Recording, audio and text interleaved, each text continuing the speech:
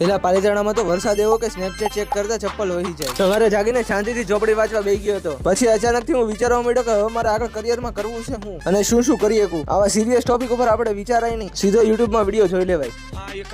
પછી ઊંધી હવે નીકળી ગયા પાલીતાણામાં આટો મારવા. રસ્તામાં એક કાકા ફૂલ વેચતા હતા એટલે આપણે તે એક ઝાડુ લઈ લીધું.